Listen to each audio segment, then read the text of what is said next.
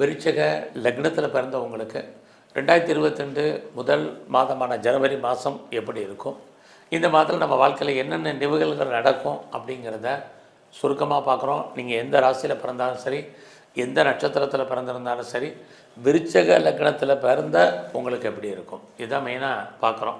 அப்படி பார்க்குற போது இந்த மாதத்தில் உங்களுடைய 2ஆம் இடத்துல செவ்வாயும் சுக்கிரனும் இருக்கிறது. வருமானங்கள் உங்களுக்கு இந்த மாதம் பரவாயில்ல. மணி ரொட்டேஷன் கையில் இருக்குது. யாருடைய பணமாவது உங்களுக்கு கையில் இருந்துகிட்ருக்கோம். இது இந்த மாதம் பரவாயில்லன்னு தான் சொல்லணும். இந்த மாதத்தில் உங்களை பொறுத்த வரைக்கும் உங்களுடைய முயற்சி ஸ்தானத்தில் ஜனவரி 12க்கு அப்புறம் சுக்கிர பகவான் வந்துடுவார். அது இன்னுமே உங்களுக்கு சிறப்பு. ஜனவரி 14க்கு அப்புறம் சூரியன் அங்கே வர்றாரு. இதெல்லாமே ஜனவரி 15க்கு அப்புறம் செவ்வாயும் அங்கே வந்துடுறாரு. ஆக ஜனவரி 15க்கு அப்புறம் நீங்கள் என்ன நினைக்கிறீங்களோ அது நடக்கும். ஸோ நீங்கள் பெரிய லெவலில் எஃபர்ட் எடுங்க.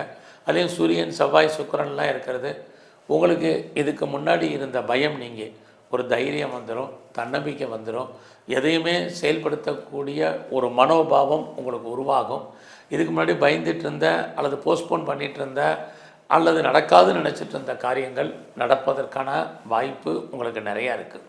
ஸோ எதையும் சந்திப்போம், எதையும் ஃபேஸ் பண்ணுவோம் அப்படிங்கிற ஒரு மனநிலைக்கு ஜனவரி 15க்கு அப்புறம் நீங்கள் வந்துடுவீங்க. அதுக்கான கிரக நிலைகள் இந்த மாதம் இருக்குது. அது மட்டுமல்ல, லைஃப்பில் நீங்கள் என்னவாக ஆகணும்னு ஆசைப்பட்றீங்க, ஸோ உங்களுடைய எய்ம் என்ன, உங்களுடைய ப்ராஜெக்ட் என்ன, அதெல்லாமே ஃபுல்ஃபில் பண்ணுறதுக்கான மாதமாக இந்த மாதம் ஜனவரி 15க்கு அப்புறம் கிரக நிலைகள் உங்களுக்கு உருவாக்கும். உங்களுடைய எண்ணங்கள் சிந்தனைகள் செயலாக்கம் பெறும். நீங்கள் எதிர்பார்த்த காரியங்கள் நடக்கும். எதிர்பாராத காரியங்களும் நடப்பதற்கான வாய்ப்புகள் இருக்குது. நீங்கள் எவ்வளோக்கு எஃபர்ட் எடுக்கிறீங்களோ அவ்வளோக்கு நல்லது. உங்களுடைய மனம் உடல் என்ன நினைக்குதோ அதெல்லாம் செயல்படுத்துவதற்கான வாய்ப்பு இந்த மாதம் இருக்குது. ஆக ஜனவரி 15க்கு அப்புறம் எவ்வளோக்கு நீங்கள் எஃபர்ட் எடுக்கிறீங்களோ எந்த விஷயமாக இருந்தாலும் சரி, அதில் நீங்கள் ஃபுல்ஃபில்லாக இருங்க. கண்டிப்பாக நீங்கள் ஜெயிப்பீங்க.